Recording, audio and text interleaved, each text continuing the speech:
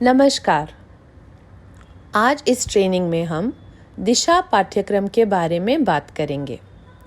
दिशा पाठ्यक्रम क्या है, उसे क्यों बनाया गया और कैसे आप उसे अपने हर बच्चे के लिए जो 3 से 18 साल का है उसे अपनी कक्षा में इस्तेमाल कर सकते हैं।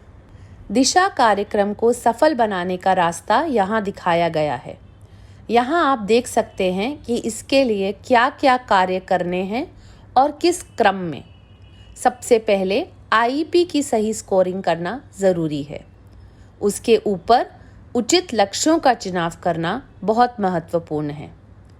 लक्ष्यों का चुनाव करके माता पिता के साथ उन्हें बताना और उनके साथ एक साझेदारी बना लेना बहुत ज़्यादा ज़रूरी है। फिर आता है सही पाठ्यक्रम का चुनाव। पाठ्यक्रम ऐसा ही चुनना चाहिए जो बच्चों के लक्ष्य से मेल खाता हो। पाठ्यक्रम में दी गई बहुसंवेदी कार्यविधियों का पालन करना कक्षा में अनिवार्य है।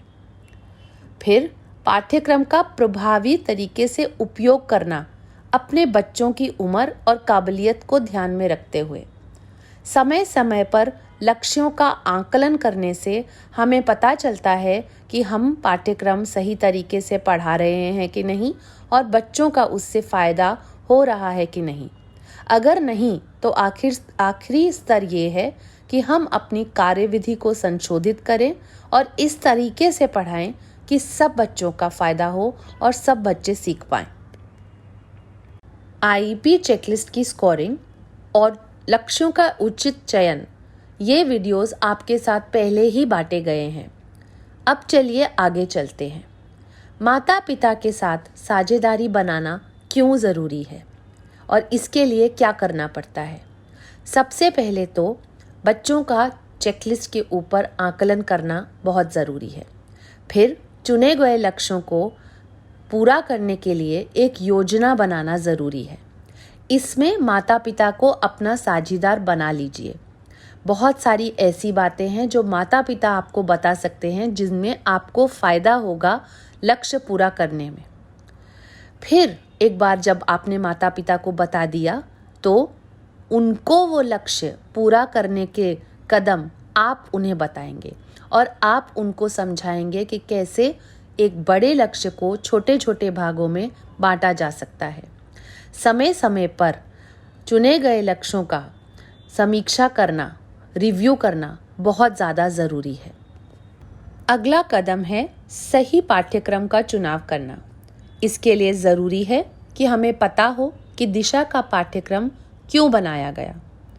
सबसे पहले तो हमारे क्षेत्र में एक समान सामग्री का अभाव था।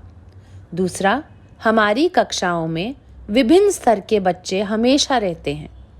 तीसरा, हर शिक्षक की अलग अलग विशेषज्ञता है। और चौथा, बच्चे की प्रगति को मापने के लिए कोई समान विधि की कमी थी।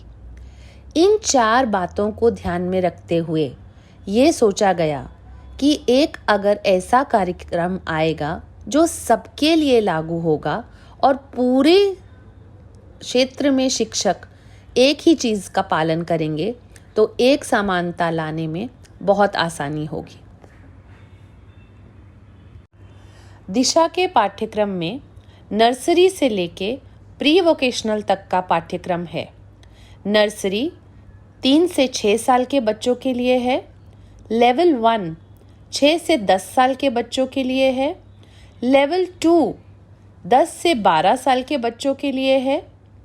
लेवल 3 12 से 14 साल के बच्चों के लिए है और प्री वोकेशनल 14 से 18 साल के बच्चों के लिए है।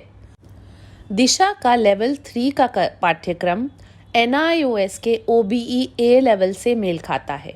इसका मतलब अगर कोई बच्चा लेवल 3 दिशा का पाठ्यक्रम करता है तो वह आसानी से OBE के लेवल A में जा सकता है। दिशा पाठ्यक्रम की सबसे बड़ी विशेषता ये है कि उसमें 3 से लेकर 18 साल तक के हर बच्चे के लिए सामग्री है। बौद्धिक अक्षमता का स्तर चाहे जो भी हो, या तो शैक्षणिक सामग्री या कार्यात्मक सामग्री से बच्चे को पढ़ाया जा सकता है। हर लेवल के पाठ्यक्रम में दो चीज़ें आती हैं, एक शिक्षक मैनुअल जो शिक्षक का मार्गदर्शक है कि क्या पढ़ाना है और कैसे, और दूसरा छात्र वर्कबुक। दिशा प्रकल्प के अंदर आईईपी चेकलिस्ट और हर स्तर के पाठ्यक्रम को निपिट द्वारा प्रमाणित किया गया है। अगला कदम है बहुसंवेदी तरीकों से बच्चे को सिखाना। ये सारे तरीके दिशा के पाठ्यक्रम में दिए गए हैं। दिशा पाठ्यक्रम दो सिद्धांतों पे खड़ा है। पहला है इंटरेस्ट, टीच, अप्लाई, जिसका मतलब है बच्चों में दिलचस्पी जागृत करना, उन्हें सिखाना और उन्हें प्रयोग का मौका देना। दूसरा है VAKT, मतलब V से विजुअल जैसे देख के, A से ऑडिटरी मतलब सुन के, K से काइनेस्थेटिक मतलब करके और T से टैक्टाइल मतलब छू के। दिशा पाठ्यक्रम में ये दोनों ही चीज़ें स्पष्ट रूप से बताई गई हैं।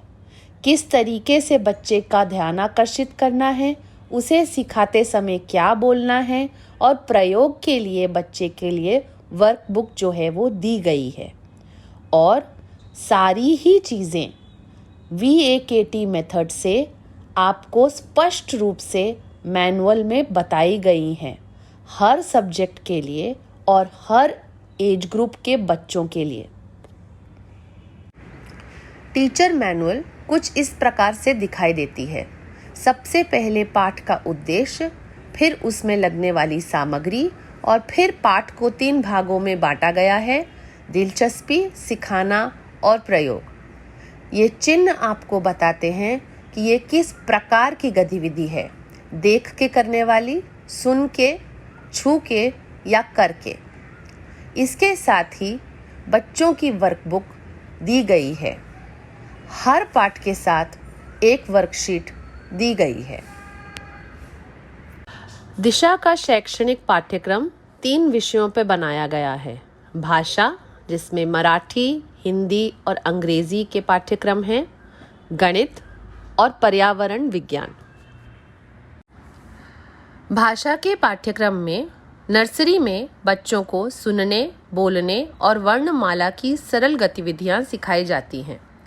लेवल 1 के पाठ्यक्रम में मराठी व हिंदी के स्वर, व्यंजन, बाराखड़ी, अक्षर सिखाने की बहुसंवेदी गतिविधियों पर ध्यान दिया गया है।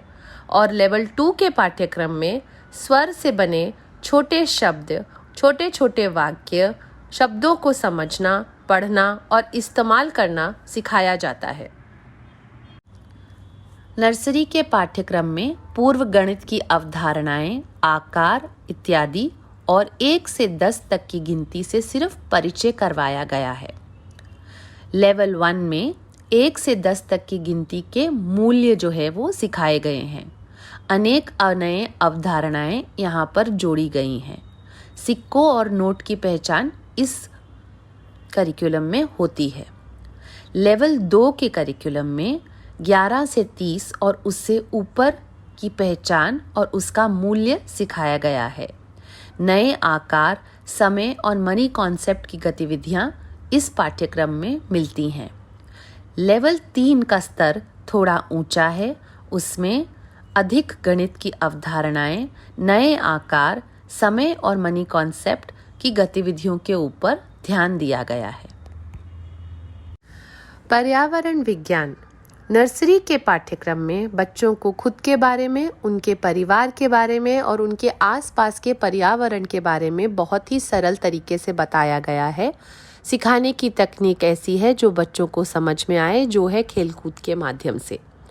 लेवल 1 के पाठ्यक्रम में बच्चे को खुद के और उसके आसपास के पर्यावरण के बारे में बताया जाता है, जैसे अंगों के नाम, रंगों के नाम, फल, सब्जियां, यातायात इत्यादि। लेवल 2 के पाठ्यक्रम में यही अवधारणाओं को थोड़ा और विस्तार से बताया जाता है। उदाहरण के लिए, अगर बच्चे ने लेवल 1 में अंगों के नाम सीखे हैं तो लेवल 2 में वह का अंग किस काम आते हैं इसके बारे में सिखाया जाता है। लेवल 3 पे अगर बच्चा पहुंचता है तो बच्चे की सोचने की क्षमता काफ़ी ज़्यादा है, इसलिए लेवल 3 के पाठ्यक्रम में सोचने जैसी चीज़ों के ऊपर ध्यान दिया गया है, जैसे साइंस एंड सिंबल्स, कोई त्योहार मनाए जाते हैं तो क्यों मनाए जाते हैं, अपने वातावरण को स्वच्छ रखना किस लिए ज़रूरी है, कौन सी चीज़ों को ऊपर हमें ध्यान रखना है अपनी सुरक्षा के लिए। तो लेवल 3 का पाठ्यक्रम इन सब चीज़ों के ऊपर केंद्रित है। प्री वोकेशनल पाठ्यक्रम 14 से 18 साल के बच्चों के लिए है। इसमें सबसे पहले आता है संचार का पाठ्यक्रम। इस पाठ्यक्रम में भाषा से ज़्यादा संचार के ऊपर ध्यान दिया गया है। बच्चों को अपनी इच्छाओं और ज़रूरतों को किस तरीके से बताना है, उनकी व्यक्तिगत जानकारी, समझ, समस्या के हल कर लेने के तरीके और संचार कौशल, जिससे वह अपनी बात दूसरों तक और दूसरी की बात समझने की क्षमता उनकी बढ़ती हो, इस पे केंद्रित है। गणित के पाठ्यक्रम को 2 भागों में बांटा गया है, गणित 1 और गणित 2। गणित 1 में उन बच्चों के ऊपर ध्यान दिया गया है जिनके पढ़ने की क्षमता थोड़ी कम है। तो इस पाठ्यक्रम में संख्याओं का ज्ञान, उनकी मूल्य, थोड़ी आसान गणित की अवधारणाएं, आकार, पैसों की पहचान इत्यादि। और गणित 2 उन बच्चों के लिए है जिनको गणित की थोड़ी समझ है और उनकी पढ़ने की क्षमता थोड़ी ज़्यादा है। इसमें कैलेंडर पढ़ना, समय देखना, माप तोल की अवधारणाएं, पैसों का लेन देन इत्यादि के ऊपर ध्यान दिया गया है। जीवन कौशल पाठ्यक्रम में इस उम्र के बच्चों को जीवन में इस्तेमाल होने वाले कई कौशलों से अवगत कराया गया है और उसमें उन्हें सक्षम बनाने की कार्यविधियां दी गई हैं। कुछ उदाहरण हैं, जैसे अपने आप को स्वच्छ रखना, स्वस्थ रखना, खुद से यात्रा कर पाना, बैंक के काम कर पाना, खरीदारी का लेन देन इत्यादि। रसोई कौशल में रसोई में इस्तेमाल होने वाले उपकरण, उनके नाम और उन्हें इस्तेमाल करने का तरीका, बेसिक स्किल जैसे काटना, छीलना, मैश करना इत्यादि, और एक सरल भोजन की तैयारी करना, ये सब सिखाया गया है। पर्यावरण विज्ञान में इस उम्र के बच्चों को ये सिखाया जाता है कि उन्हें अपने आसपास के पर्यावरण के बारे में सतर्क रहना है और सवाल पूछने हैं। कोई त्योहार मनाया जाता है तो क्यों? कोई आपातकालीन स्थिति आती है तो उन्हें क्या करना है? अपनी सुरक्षा उन्हें कैसे करनी है? ये सब बातों के ऊपर चर्चा की गई है। फंक्शनल पाठ्यक्रम या कार्यात्मक पाठ्यक्रम उन बच्चों के लिए बनाया गया है जिन्हें शैक्षणिक पाठ्यक्रम करने में कठिनाई आती है, लेकिन जिनको हमने L1 का पाठ्यक्रम 1 साल के लिए दिया हुआ है। ये पाठ्यक्रम कुछ भागों में बटा है। पहला है मोटर कौशल। इसमें क्रॉस और फाइन मोटर स्किल को सिखाने के लिए अनेक गतिविधियां दी गई हैं। अपने बच्चे की क्षमता देखकर इस पाठ्यक्रम में से आपको गतिविधियों का चुनाव करना है।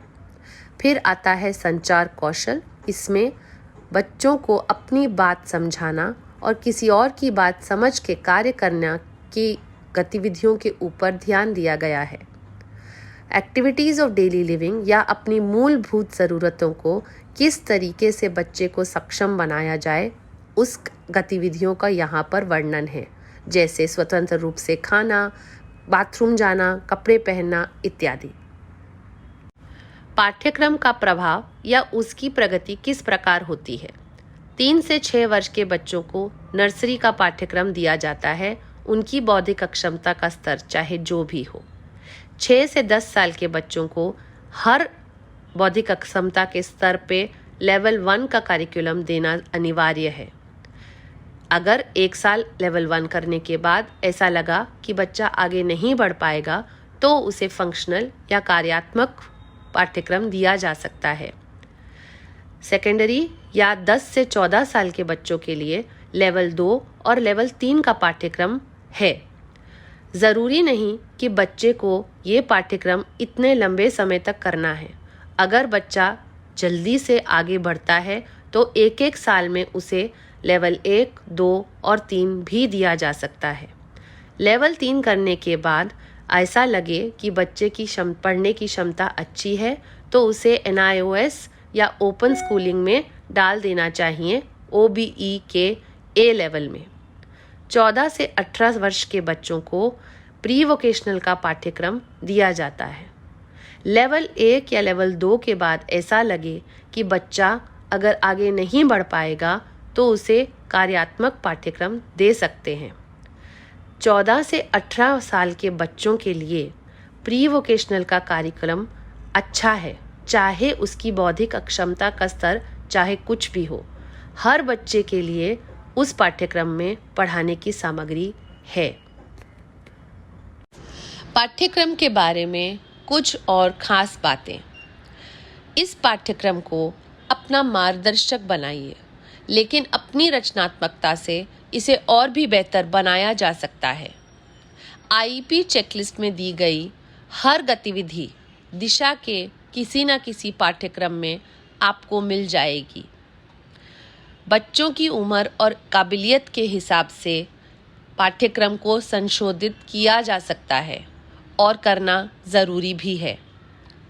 ये पाठ्यक्रम सबसे अच्छा तब चलता है अगर शिक्षक मैनुअल और छात्र वर्कबुक साथ साथ इस्तेमाल की जाए। अगर पाठ्यक्रम को बेहतर बनाने के लिए आपके पास कोई सुझाव हैं तो उन्हें नोट करिए और जोन कोऑर्डिनेटर के साथ बांटिए। कोई भी पाठ्यक्रम तभी काम करता है अगर बाकी सारी चीज़ों की भी व्यवस्था हो, जैसे बच्चों का व्यवहार, माता पिता के साथ साझेदारी और कक्षा का प्रबंध। सबसे महत्वपूर्ण बात, हर बच्चे में कुछ सीखने की क्षमता है।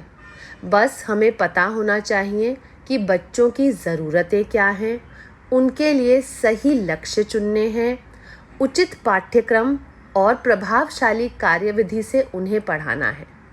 अगर हम इन सब चीज़ों का ध्यान रखते हैं तो ज़रूर हमारे बच्चों में बदलाव आएगा। एक सफल प्रोग्राम के बाकी के कदम। पाठ्यक्रम को प्रभावी रूप से उपयोग करना ज़रूरी है, लेकिन उससे भी ज़्यादा ज़रूरी है कि ये हम हर रोज़ प्रतिदिन करें। लक्ष्यों का समय समय पर आकलन हमें बताता है कि किस कार्य में बच्चे प्रगति कर रहे हैं और कहाँ पर हमें ज़्यादा काम करने की ज़रूरत है। इसके बलबूते पर हमें अपनी कार्यविधि को संशोधित करना ज़रूरी है।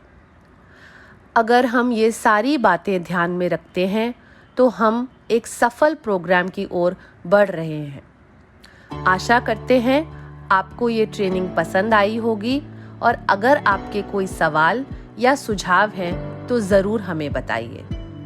धन्यवाद।